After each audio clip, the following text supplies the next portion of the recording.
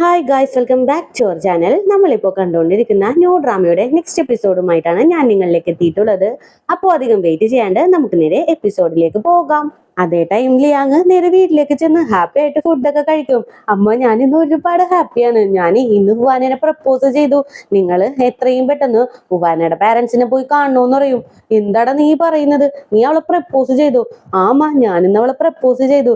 എത്രയും പെട്ടെന്ന് നിങ്ങൾ തമ്മിൽ സംസാരിച്ച് ഞങ്ങളുടെ മാരേജ് നടത്തി തരണം. എനിക്കിനി ഒരു നിമിഷം പോലും ഹുവാനെ ഇല്ലാണ്ട് പറ്റില്ല എന്നും പറഞ്ഞ് ലിയാങ് ഭയങ്കര ഹാപ്പി ആയിട്ട് നടന്നു പോകും.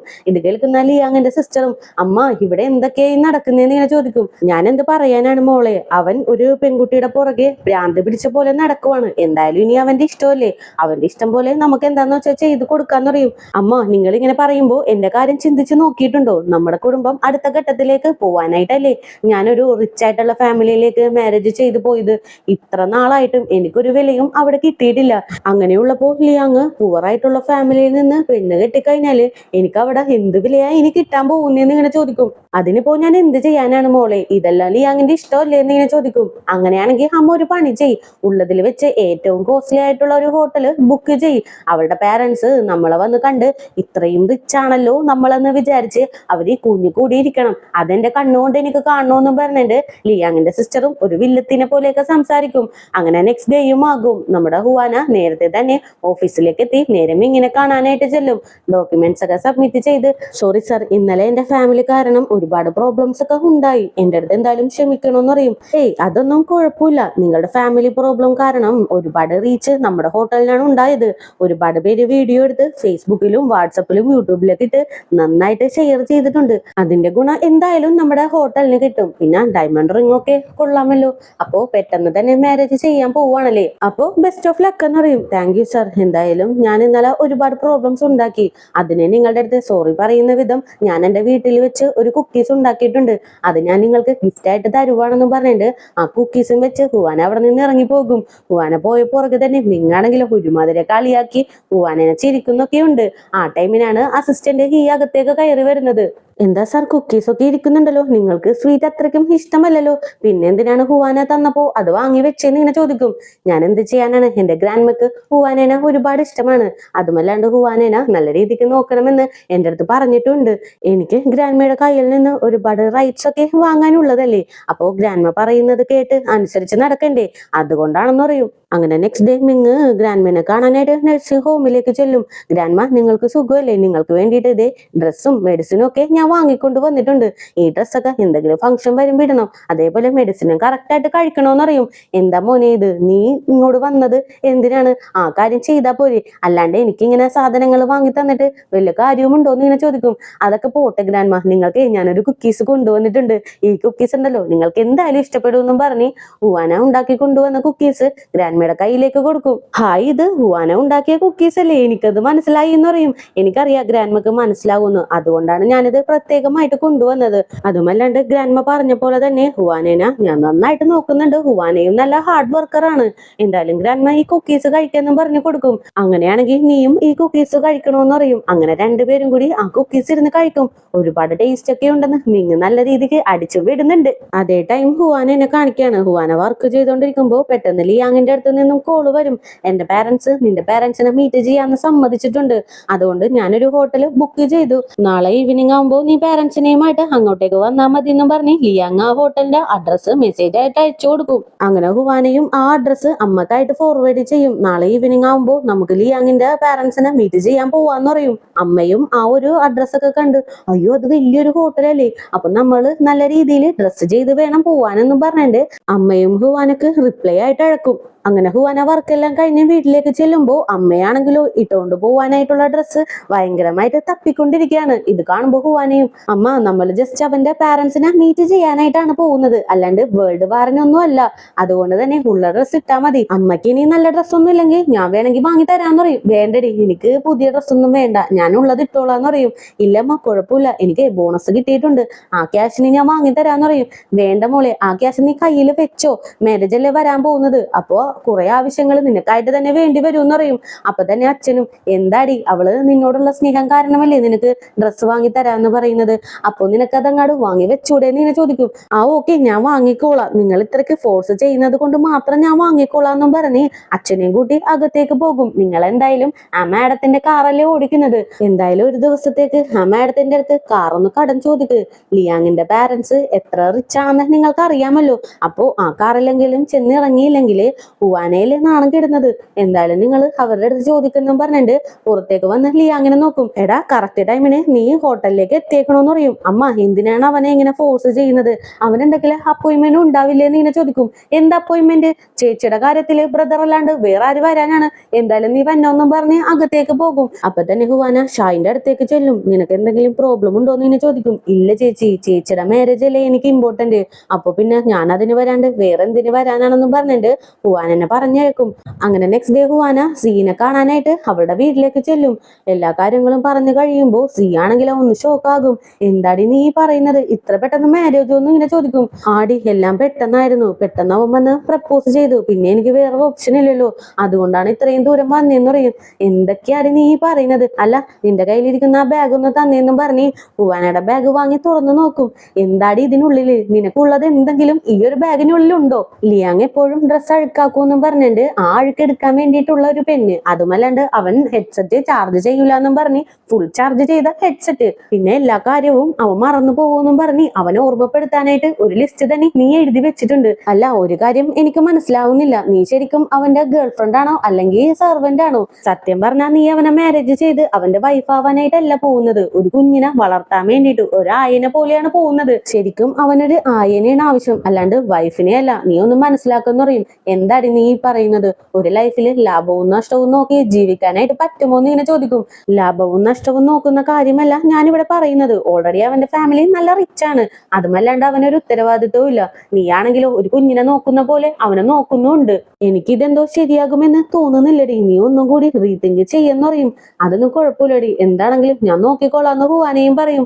എന്തായാലും ഇനി എനിക്ക് നിന്നെ പറഞ്ഞു തിരുത്താനൊന്നും പറ്റില്ല, എല്ലാം നിന്റെ ചോയ്സ് അല്ലേ, ഞാൻ ഇനി ഒന്നും പറയുന്നില്ല, എനിക്കും ഓക്കെ ആണെന്ന് സിയും ഒരുമാതിരി ഡൗട്ടോട് കൂടി ഓക്കെ അടിക്കും. അങ്ങനെ നെക്സ്റ്റ് ഡേ മിങ്ങും ബോസ് ലേഡിയും കൂടി കാറിൽ പോയിക്കൊണ്ടിരിക്കുകയാണ്. ആ കാർ ഡ്രൈവ് ചെയ്യുന്നത് ഹുവാനയുടെ ഫാദർ ആണ്.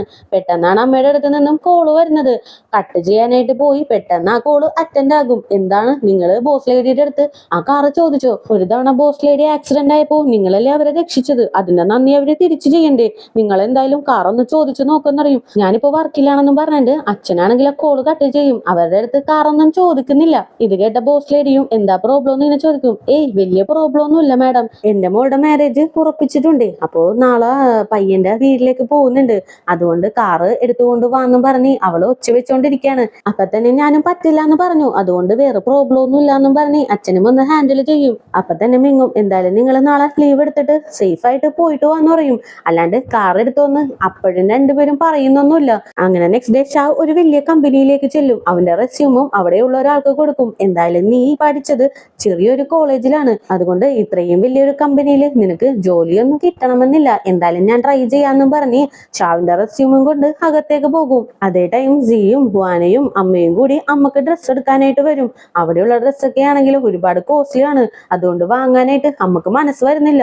അപ്പൊ തന്നെ സിയും, ആന്റി എന്തായാലും വിഷമിക്കണ്ട, എന്റെ കയ്യിൽ 5-6 കൂപ്പൺസ് ഒക്കെ ഉണ്ട്, ഇന്നുകൊണ്ട് തന്നെ അത് എക്സ്പയർ ആകും, അതുകൊണ്ട് ആ കൂപ്പൺസ് യൂസ് ചെയ്ത് ഈ ഡ്രസ്സ് നമുക്ക് പർച്ചേസ് ചെയ്യാം, അതുകൊണ്ട് തന്നെ വലിയ ക്യാഷ് ഒന്നും ആവില്ല എന്നറിയും. അങ്ങനെയാണെങ്കിൽ ഓക്കെ എന്നും പറഞ്ഞിട്ട് അമ്മയും ആ ഡ്രസ്സ് എടുക്കാനായിട്ട് സമ്മതിക്കും. അങ്ങനെ ഹുവാനയും ബില്ലൊക്കെ പേ ചെയ്ത് പോവാനായിട്ട് നിൽക്കുമ്പോ ഓപ്പോസിറ്റ് ആയിട്ട് മിങ്ങ നടന്നു വരും. എന്താണ് ഇവിടെ ഷോപ്പിംഗ് ആണ്? ഓ നിനക്ക് മാരേജ് ആവാൻ പോവാണല്ലേ, അച്ഛനും ഈ കാര്യം എന്റെ അടുത്ത് പറഞ്ഞായിരുന്നു, എന്തായാലും കൺഗ്രാറ്റുലേഷൻസ്, ഇന്ന് ലിയാങ്ങിന്റെ പാരന്റ്സിനെ മീറ്റ് ചെയ്യാനായിട്ട് പോവാണല്ലേ, അപ്പോ മാരേജ് ഒക്കെ കഴിഞ്ഞാൽ എന്റെ കീഴില് വർക്കൊന്നും ചെയ്യില്ലല്ലോ എന്ന് ഇങ്ങനെ ചോദിക്കും. ഏയ് അങ്ങനെയല്ല, മാരേജ് എന്ന് പറയുന്നത് എന്റെ പേഴ്സണൽ ആണ്, ജോബ് എന്ന് പറയുന്നത് എന്റെ പ്രൊഫഷനും, എന്തൊക്കെ വന്നാലും എന്റെ പ്രൊഫഷൻ മാരേജിന് വേണ്ടി ഞാൻ വിട്ടുകൊടുക്കില്ല, എന്തായാലും ഞാൻ ജോലിക്ക് വരും, അതാലോചിച്ച് നിങ്ങൾ സങ്കടപ്പെടേണ്ട ആവശ്യമൊന്നും ഇല്ലാന്നും പറഞ്ഞ് ഹുവാനയും ബായ് പറഞ്ഞ് അവിടെ നിന്ന് നടന്നു പോകും. അങ്ങനെ മിങ്ങ നേരെ ഒരു വാച്ച് വാങ്ങാനായിട്ട് ഒരു ഷോപ്പിലേക്ക് കയറി ചെല്ലും. അവിടെയുള്ള സെയിൽസ് ഗേളും നിങ്ങൾക്ക് എങ്ങനെയുള്ള വാച്ചാണ് വേണ്ടതെന്ന് ഇങ്ങനെ ചോദിക്കും. നല്ല സ്വീറ്റ് ആയിട്ടുള്ള ഹാർഡ് വർക്ക് ചെയ്യുന്ന ഒരു പെൺകുട്ടിക്ക് വേണ്ടിയിട്ടുള്ള വാച്ചാണ്, അങ്ങനെയുള്ള ഒരു വാച്ച് കാണിക്കാനായിട്ട് പറയും.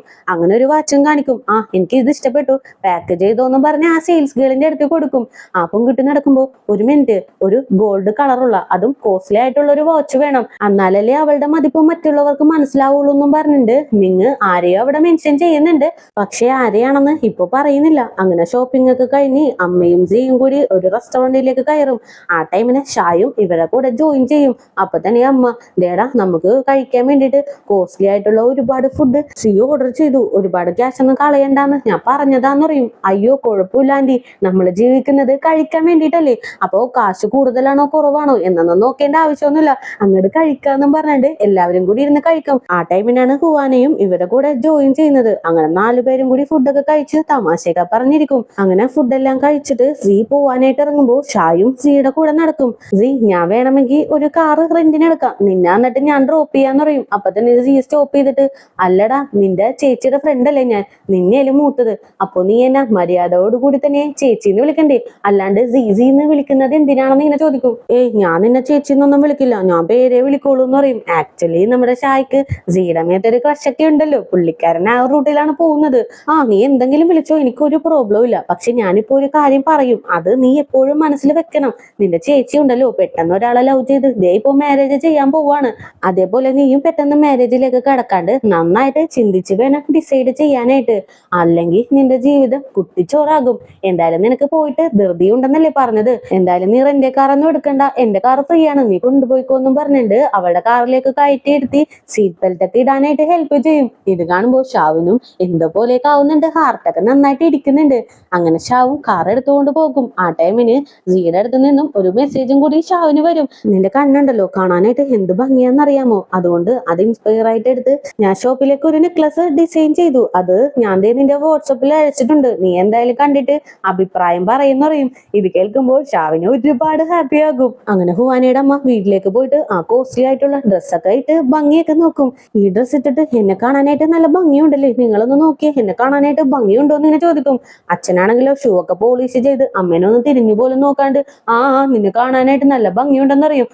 നിങ്ങൾ എന്നെ ഒന്ന് തിരിഞ്ഞു പോലും നോക്കിയില്ല, നോക്കാണ്ട് തന്നെ ഭംഗിയുണ്ടെന്നാ പറയുന്നത്, നിങ്ങൾ എഴുന്നേറ്റ് പോയി ഞാൻ വാങ്ങിക്കൊണ്ടുവന്ന ആ സൂട്ടും കോട്ടും ഇട്ട് ഭംഗിയുണ്ടോന്ന് നോക്കുന്നറിയും. എന്താടി നീ പറയുന്നത്, ജസ്റ്റ് ലിയാങ്ങിന്റെ പാരന്റ്സിനെ മീറ്റ് ചെയ്യാനായിട്ടല്ലേ പോകുന്നത്, അപ്പോ ഇങ്ങനെ ആരും സൂട്ടും കോട്ടൊക്കെ ഇട്ടുകൊണ്ട് പോവില്ലടി എന്ന് പറയും. മര്യാദക്ക് താൻ ആ സൂട്ടും കോട്ടും ഇട്ട് നോക്കുന്നുണ്ടോ ഇല്ലയോ, അവരൊക്കെ നല്ല റിച്ച് ആണെന്ന് നിങ്ങൾക്ക് അറിയാമല്ലോ, അപ്പോ അവരെ പോലെ തന്നെ നമ്മൾ മെയിൻറ്റെയിൻ ചെയ്യണ്ടേ, എന്തായാലും നമ്മുടെ മകള് പോയി ജീവിക്കേണ്ട സ്ഥലമാണ്, അവര് മാനേഴ്സ് കീപ്പ് ചെയ്യുന്ന പോലെ തന്നെ നമ്മളും കീപ്പ് ചെയ്യണം. അവിടെ ചെന്ന ചായയൊക്കെ വലിച്ചു കുടിക്കാണ്ട് നോർമലായിട്ട് സിപ്പ് ചെയ്ത് കുടിക്കണം, ഒരിക്കലും അവരുടെ മുമ്പിൽ നമ്മുടെ മകളുടെ തല താഴ്ത്താനായിട്ട് നമ്മൾ അനുവദിക്കരുത് എന്നൊക്കെ പറഞ്ഞിട്ട് രണ്ടുപേരും കൂടി ഭയങ്കരമായിട്ട് സംസാരിച്ചുകൊണ്ടിരിക്കും. ഇതെല്ലാം ഹുവാനയും പുറത്തുനിന്ന് കേൾക്കുന്നൊക്കെ ഉണ്ട്. പാരന്റ്സ് ഇങ്ങനെ സംസാരിക്കുന്നതൊക്കെ കേട്ട് ചിരിച്ചുകൊണ്ട് ഹുവാന നേരെ ഷാവിന്റെ അടുത്തേക്ക് ചെല്ലും. ഷാവിന് പ്രത്യേകമായിട്ട് ഒരു റൂമൊന്നുമില്ല. അങ്ങനെ ഷാവിന്റെ അടുത്തേക്ക് ചെന്നിരുന്ന്, സോറിടാ, ഉണ്ടായിരുന്ന ഒരു റൂം ഞാൻ എനിക്കായിട്ട് എടുത്തു, എന്തായാലും ഞാൻ മാരേജ് ചെയ്ത് പോയതിന് ശേഷം നീ വേണമെങ്കിൽ ആ റൂം എടുത്തോന്ന് പറയും.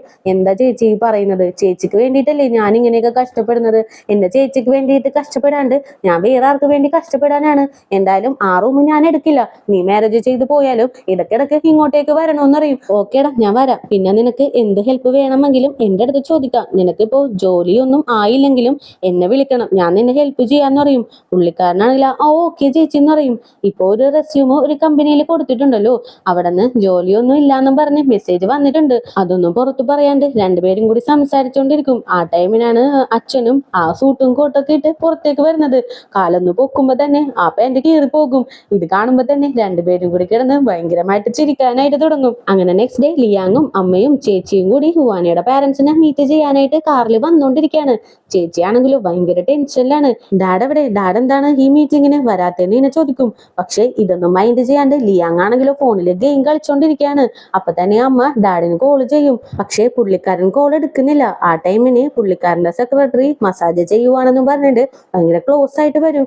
എന്താ നിങ്ങൾക്ക് തലവേദനയുണ്ടോ, എന്തായാലും നിങ്ങൾ അതൊക്കെ വിട്, ആ മീറ്റിങ്ങിന് പോയിക്കൂടെ എന്ന് ഇങ്ങനെ ചോദിക്കും. ഇല്ല, എനിക്ക് എന്റെ ബിസിനസ് ആണ് ഇമ്പോർട്ടന്റ്, മാരേജ് ഒക്കെ ആ വഴിക്ക് നടന്നോളൂ എന്നും പറഞ്ഞിട്ട് ഈ മീറ്റിങ്ങിന് പോവാണ്ട് പുള്ളിക്കാരനെ അവോയ്ഡ് ചെയ്ത് നിൽക്കുവാണ്. അങ്ങനെ അതേ ടൈം ഹുവാനയും പാരന്റ്സും കൂടി ആ ഒരു ഹോട്ടലിലേക്ക് ചെല്ലും. ഹോട്ടലിന്റെ ഉള്ളിലേക്ക് കയറുമ്പോ തന്നെ അമ്മക്ക് ഭയങ്കര ഹാപ്പി ആകും. അയ്യോ എന്തൊരു വലിയ ഹോട്ടലാണ്, അല്ല ലിയാങ്ങിന്റെ പാരന്റ്സ് അല്ലേ ഫസ്റ്റ് വരേണ്ടത്, ഇതുവരേക്കും അവര് വന്നില്ലല്ലോ എന്ന് ചോദിച്ചോണ്ടിരിക്കുമ്പോ ലിയാങ്ങും അമ്മയും ചേച്ചിയും കൂടി അങ്ങോട്ടേക്ക് വരും. അങ്ങനെ രണ്ട് ഫാമിലിയും ഇൻട്രൊഡ്യൂസ് ആകും. ഷാവിന്റെ അടുത്ത് നീ ലോയൊക്കെ പഠിക്കുവാണല്ലോ എന്നൊക്കെ, അമ്മയാണെങ്കിൽ വെറുതെ ഇങ്ങനെ ചോദിക്കുന്നുണ്ട്. അതിനിടയിൽ ഹുവാനയുടെ അമ്മയും ലിയാങ്ങിന്റെ ചേച്ചിനെ നോക്കി, ഓ മോളെ നീ പ്രഗ്നന്റ് ആണോ എന്ന് ഇങ്ങനെ ചോദിക്കും. ഞാൻ പ്രഗ്നന്റ് ആണെന്നും പറഞ്ഞ് അമ്മേനെ വലിയ രീതിക്ക് മൈൻഡ് ചെയ്യാണ്ട് നേരെ ചെന്നിരിക്കും. എന്തായാലും നിങ്ങൾ വന്നിരിക്കും, ഇവിടെ ഒരുപാട് കോസ്റ്റ്ലി ആയിട്ടുള്ള ഫുഡൊക്കെ ഉണ്ട്, ഇങ്ങനെയുള്ള ഫുഡൊന്നും നിങ്ങൾ കഴിച്ചിട്ടുണ്ടാവില്ലല്ലോ, എന്തായാലും മടി കൂടാണ്ട് കഴിക്കണമെന്നും പറഞ്ഞിട്ട് എന്തോ കളിയാക്കുന്ന രീതിയിലൊക്കെ സംസാരിക്കും. അതിനിടയിൽ ലിയാങ്ങും അവന്റെ ഫാദർ ഈ മീറ്റിങ്ങിന് വന്നിട്ടില്ലല്ലോ, അതിനൊരു സോറിയൊക്കെ പറയും. ഡാഡ് ഒരു മീറ്റിങ്ങിൽ പെട്ടുപോയി, അതുകൊണ്ടാണ് ഇവിടെ വരാണ്ടിരുന്നെന്ന് പറയും.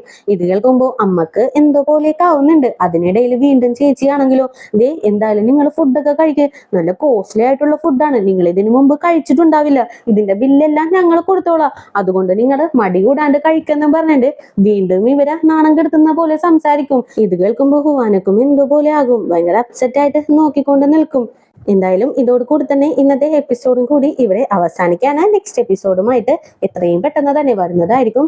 അപ്പോൾ പുതിയ കൂട്ടുകാരെങ്കിലും നമ്മുടെ ഈ ചാനൽ വിസിറ്റ് ചെയ്തിട്ടുണ്ടെങ്കിൽ സബ്സ്ക്രൈബ് ചെയ്ത് കൂടെയുള്ള ബെല്ലൈക്കണും കൂടി എനേബിൾ ചെയ്ത് വെച്ചേക്കുക. കൂടെ തന്നെ വീഡിയോക്ക് ഒരു ലൈക്കും വീഡിയോനെ കുറിച്ചുള്ള അഭിപ്രായങ്ങൾ കമന്റിലൂടെയും അറിയിച്ച് ഞങ്ങളെ സപ്പോർട്ട് ചെയ്യുക. അപ്പോൾ നെക്സ്റ്റ് എപ്പിസോഡുമായിട്ട് വരുന്നവരേക്കും tata bye bye, see U.